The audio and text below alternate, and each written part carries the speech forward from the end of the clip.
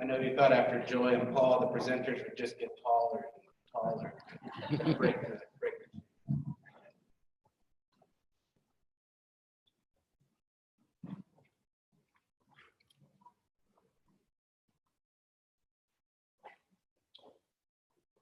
Okay.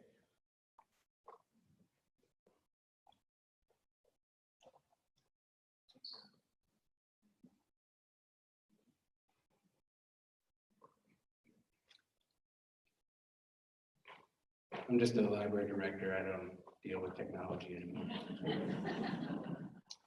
Little disclaimers. I grew up on G.I. Joe. At the end of every episode, they said knowing is half the battle. So I know my weaknesses. One is I can talk about this forever. So if I see your eyes glazing over, I'll speed up. Another is if you ask me a question about it later, my mind's going to be somewhere else maybe, and I'll give you the dumbest answer you've ever gotten from anyone in your life. Just keep asking. 3 days from now, I'll remember and I'll give you a good answer. And the third is Paul and Joy were supposed to be really bad in their presentations to make me look good, and they didn't live up to their end of the deal. So I'm just trying to manage expectations. Data-driven decision-making. Unleash the power of your data. Those are 3 American pop culture references that if you don't get, it's okay. But someone mentioned Star Trek, so there you got it covered. If you're good without data, then you're great with data. Everybody improves with data. As evidence, this is Jose Altuve. He's the reigning Major League Baseball MVP. In 2012, he hit 290, which is really good. All these numbers are really good. And then in 2018, he had a massive improvement. And what he credits that improvement on is actually the analytics and data that his front office was allowed to provide him. So even the best among us get even better when we pay attention to what the data tells us. Also, the Astros are awesome. And as an example, a little bragging now in that frame. This is McKinney's numbers for that time period in fiscal year 2017. We had a little over 1 million checkouts, and our turnover rate was 7.7. You're going to hear turnover rate a lot. If that's not people leaving us, that's really turnover. That is literally just the average number of times each item checks out in a given year. And then after using more and more data, we continue to improve, and our turnover rate actually is now 8.37. The highest turnover rate of a public library in the United States in fiscal year 2016 was 12. That 8.37 puts us in the 99th percentile.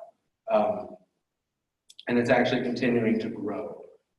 So, and then how we do that is in between those 2 years, we had a very underperforming science fiction collection. It had been abused. Nobody had actually paid attention to what they were ordering. It was all standing order. Ingram and Brodar were just sending us whatever they thought we should have. And we gave it to a library technician, not even a librarian, and we provided her with data. This was her first time ordering materials after she got her MLS degree. And within that time span, she was able to increase turnover through weeding and selection based on data, 94% increase in the annual turnover rate of that collection. You'll see that only equals 600 checkouts, but it's impressive from a dying collection that was shrinking and shrinking and shrinking in utilization to have that quick a turnaround just from paying attention to what the data is telling us. And it's not just McKinney. It's not just about money. Before I was at McKinney, I was in a town called Little Elm, which is much, much smaller and much, much less well-funded. And so when I got there, before migrating to Koha, we had a turnover rate of 0.72. Sadly, that's not in like the 0 percentile of the countries, but it's pretty low. After we started being able to get data in 1 year, we got that to a 2.04 turnover rate. And the year right around when I left, we got that to a 2.82 just based on the data. And that was our materials budget. When I got to Little Elm, we were funded at $7 and change per capita. So I had $20,000 to serve 30+ thousand people as a materials budget. And I was able to take that and through data, prove that we knew what we were doing, increase the usage of the library, and use that in turn to make a play for a larger collection to show that there was value in spending that money with the public. And that's where it comes. Data generates value. This ratio here, you'll see in the little L numbers that by the time we get to fiscal year 13-14, we had gone from 32 cents per circulation cost to 29 cents per circulation cost. And in McKinney, we started at 40 cents. And in 2017, we're at under 22 cents per circulation. I know that's really exciting, right? It doesn't have to be exciting. What's exciting is when I go to ask for another $30,000, $40,000 to plug holes in my budget, they know that I'm going to get a massive amount of use out of that. There's a lot of value driven there. So one of the ways we do that, this isn't just me bragging the whole time. I could do that too. We have what I call superstars, and we have the things that don't pay the rent. My best friends are spreadsheets. So, and it's all Excel, so no fancy visualization. Basically what I have here is this is a calculation that our branch, John and Judy Gay, of collection code and the circulations and the time frame of that collection code, and then the holdings we have there, and then we calculate the difference between the percentage of circulation and the percentage of the collection.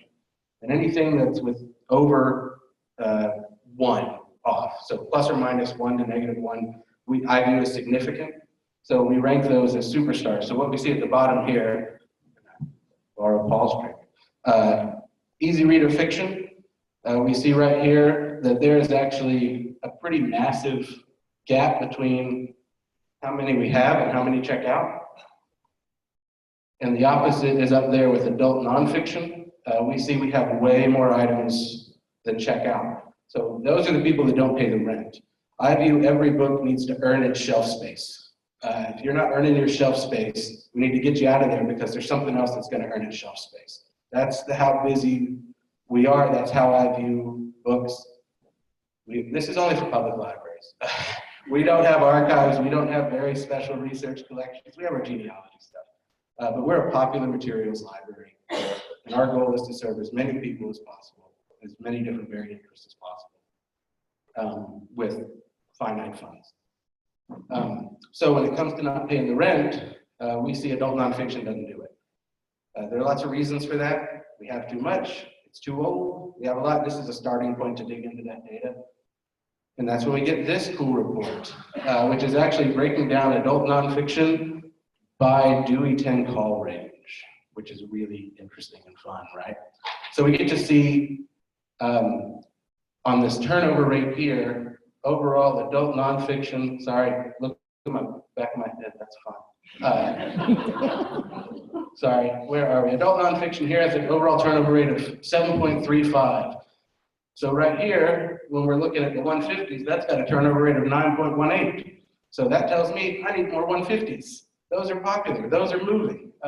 I need fewer 360s. We have a lot of dead cookbooks, or true crime.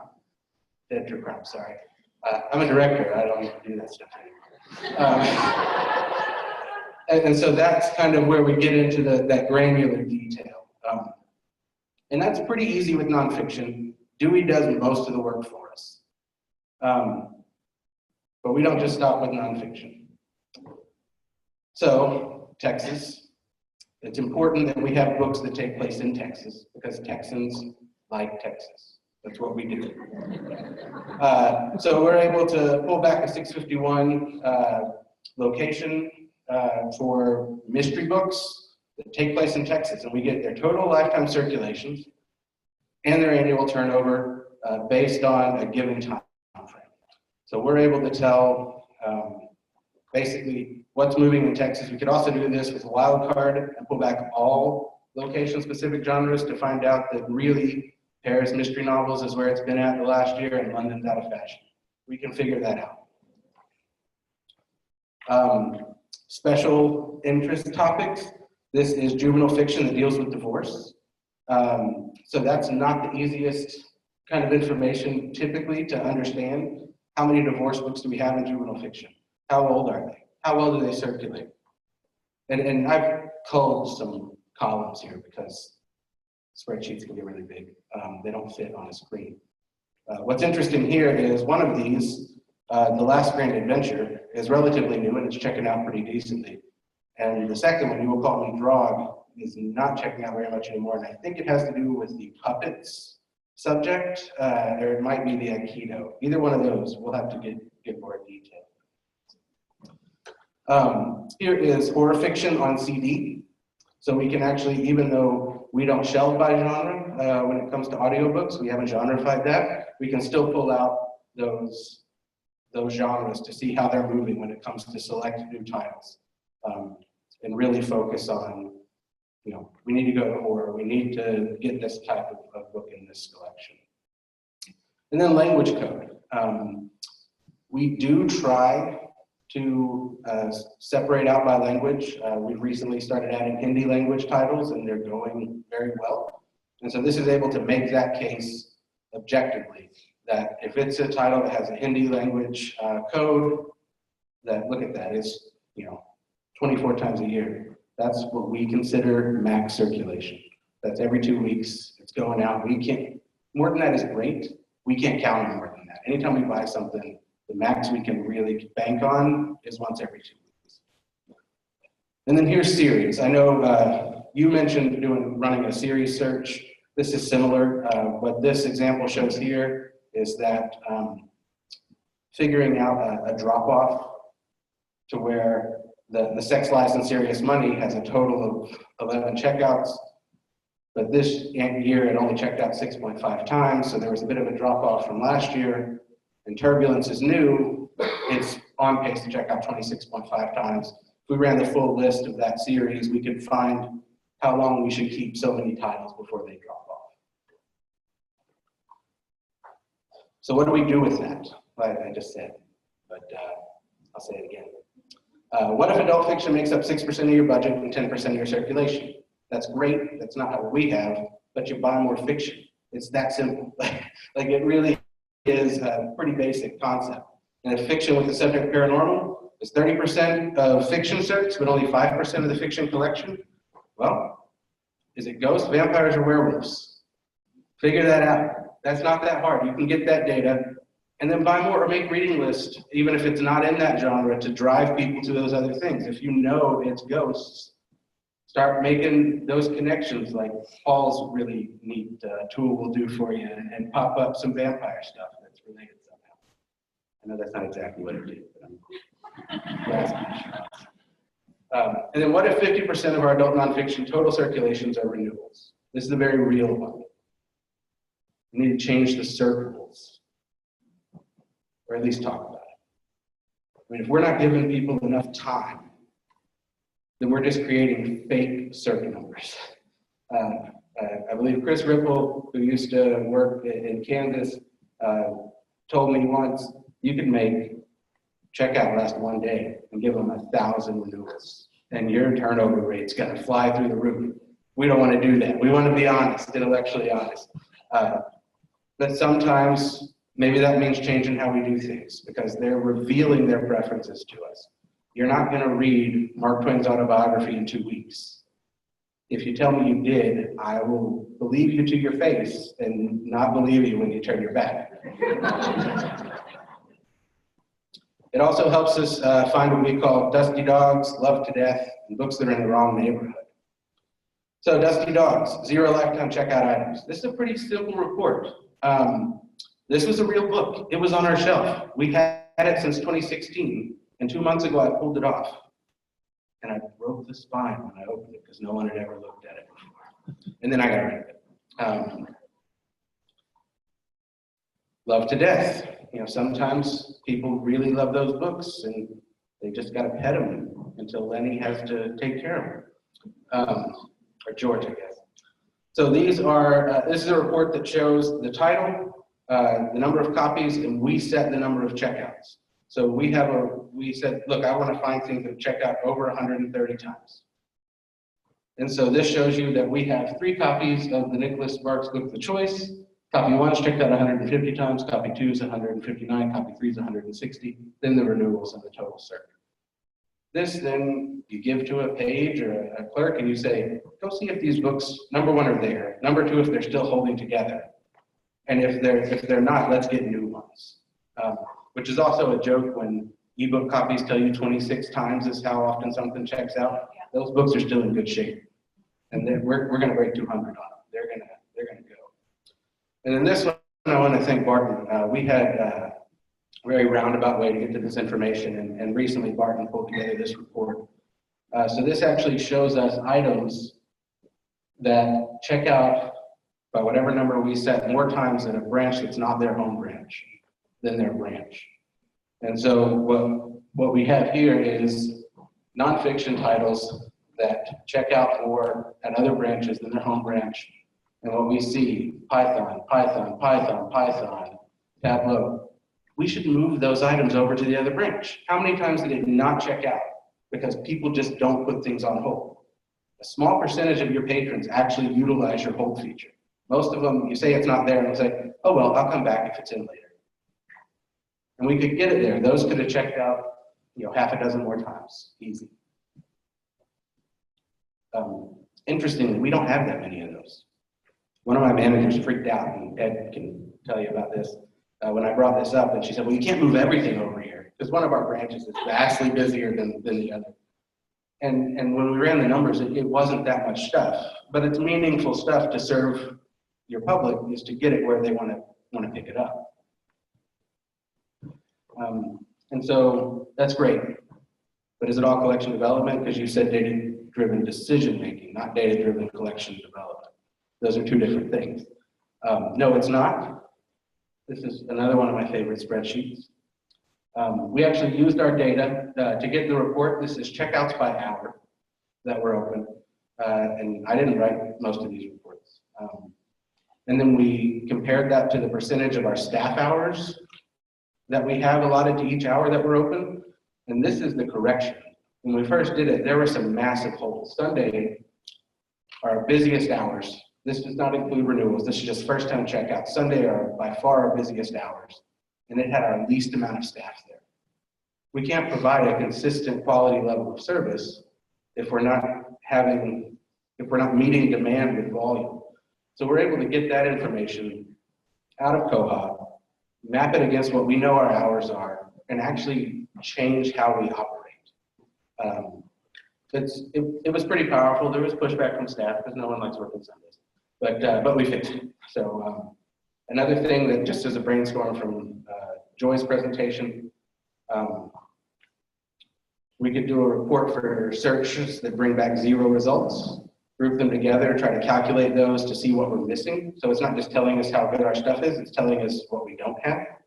I'm going to work on that over the next couple of days.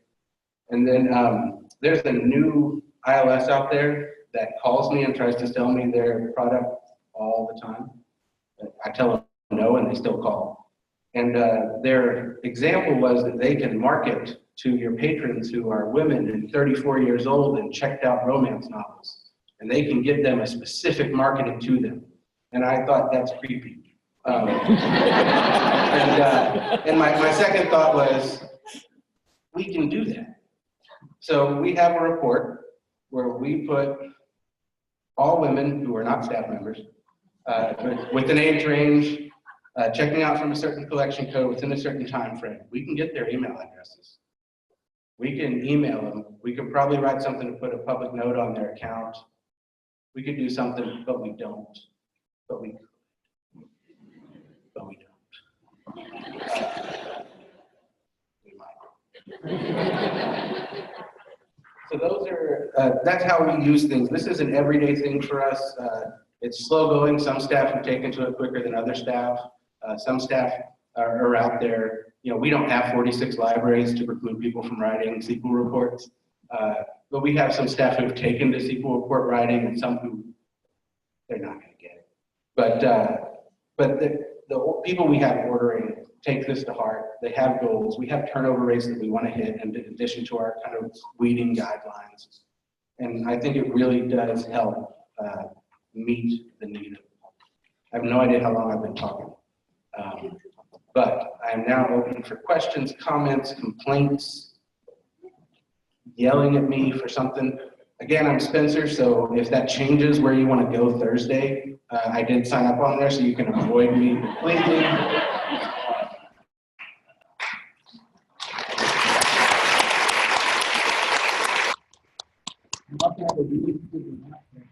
On the right computer that actually maps every adult nonfiction title and the number of certs it has by Dewey 10 range and color codes them. I can show you later if you're a visual person.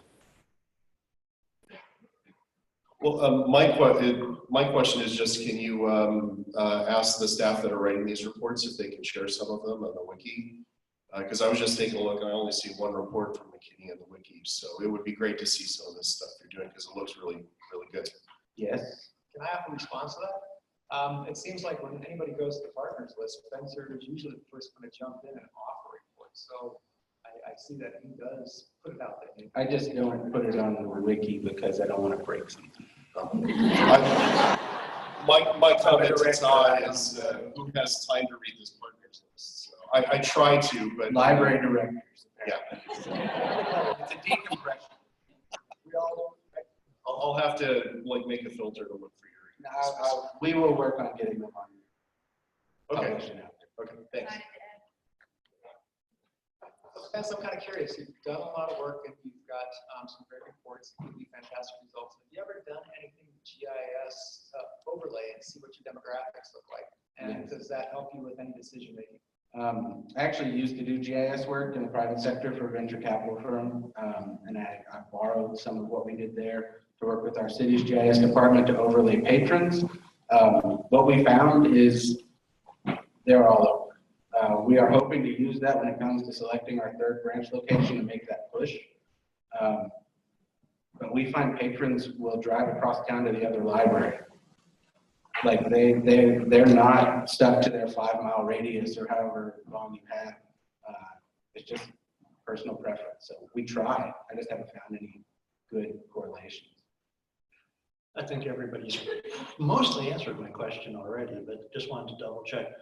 All of the data that you're using in your various reports, you're getting from Koha directly? Yes, those are SQL reports. Okay. Except for our hours that we're open and our staff. Koha doesn't. Okay. Regarding your GIS overlay, what is the overlay based on? Is it like patron address or checkout location or other data? It's patron address coded by home branch, and then it's anonymized to a block data level. So I was looking forward to this because I just got back from Ripple, Research Institute for Public Libraries, and I was wondering if you guys had done that program yet. No. It's awesome, you should.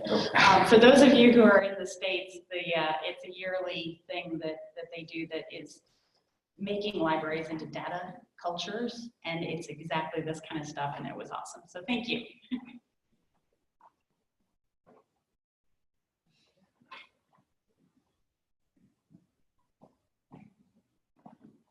So did you replace books? Like, if you were getting rid of books, did you mostly replace about the same number of books? Because the library across the state from us, or across state line from us, got rid of a lot of its book off similar data and freaked out one of our shared patrons.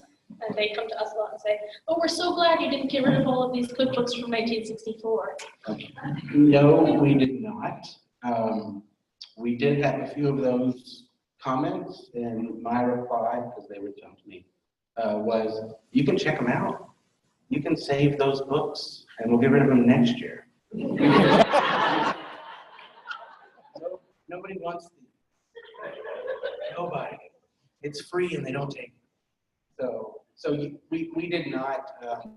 That's just Quarters love libraries, right, Joey? And that's not what we do. So. What about the more minority users, these very specialized groups? And then what do you do for reference books? Do you count fingerprints? Two things. We have different requirements for different collections. So not all collections are equal. Some collections we hold to different standards than others. We care about a James Patterson book checking out 22 times a year. We care much less about, a less popular genre or nonfiction title checking out to that same standard. So there is subjectivity there. As far as reference collection, the only reference collection that we have anymore is genealogy and local history. And I have a deal with my genealogy and local history librarian that I don't get it and I don't mess with her stuff. We tried local use, but it was so inconsistent depending on staff member and how busy they were. And on that, is one use enough? Is one use every 4 years enough? She's going to retire at the end of the year, and with her replacement, we will sit down and establish kind of rules and settings. For the most part, that's not a circulating collection, so we don't worry about that. We do it by age, we do it by accuracy. What is the platform that you use for overlay, like ArcGIS? ArcGIS, yeah. ArcGIS. Yeah, we actually don't have that in-house. We have to work through our IT department or our development services department. But it's just ArcGIS.